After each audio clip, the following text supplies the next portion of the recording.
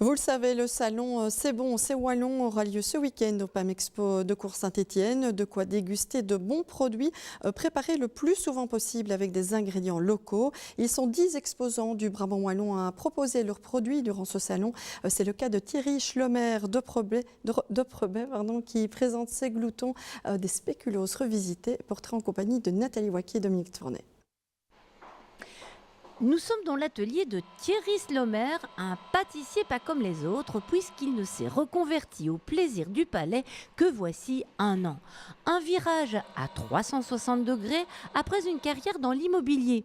Son secret et son trésor, ce sont aujourd'hui les gloutons.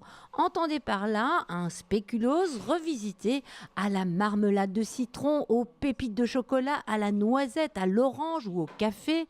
Bref, les gourmands vont très vite envier son inventivité.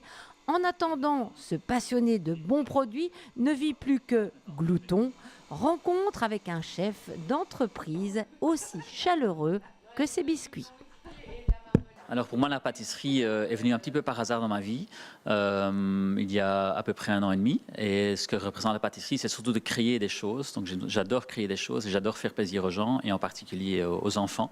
Et donc j'ai créé un produit qui plaît à beaucoup de monde pour l'instant.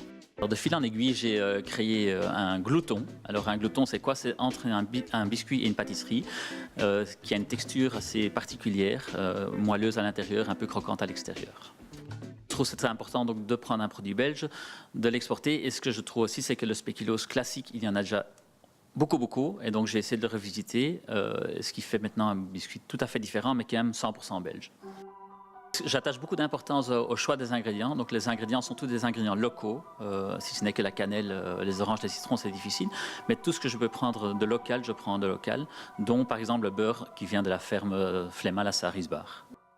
L'évolution du glouton, elle se passe très bien. Donc j'ai commencé par des marchés de Noël, j'ai fait des foires, j'ai maintenant une dizaine de points de vente, un web shop également.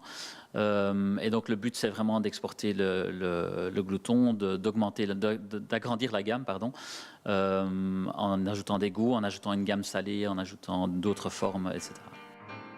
J'aime bien le changement et donc je trouve que créer un biscuit, une pâtisserie qui plaît à tant de gens, de plus en plus de gens, je commence à avoir des fidèles gloutons. Le but c'est vraiment d'arrêter complètement l'immobilier à terme, pas pour l'instant, et de faire des gloutons à temps plein, d'agrandir, d'engager des personnes, etc. Et donc voilà.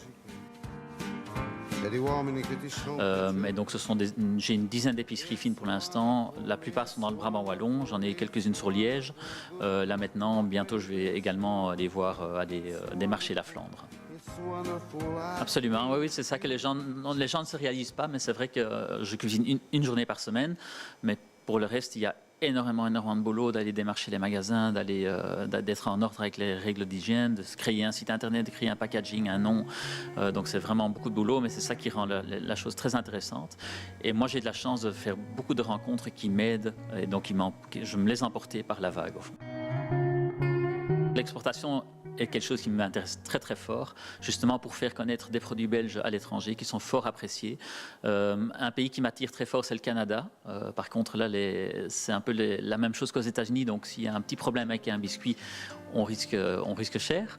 Mais par contre, ça m'intéresse. La Suisse est un pays qui m'intéresse également.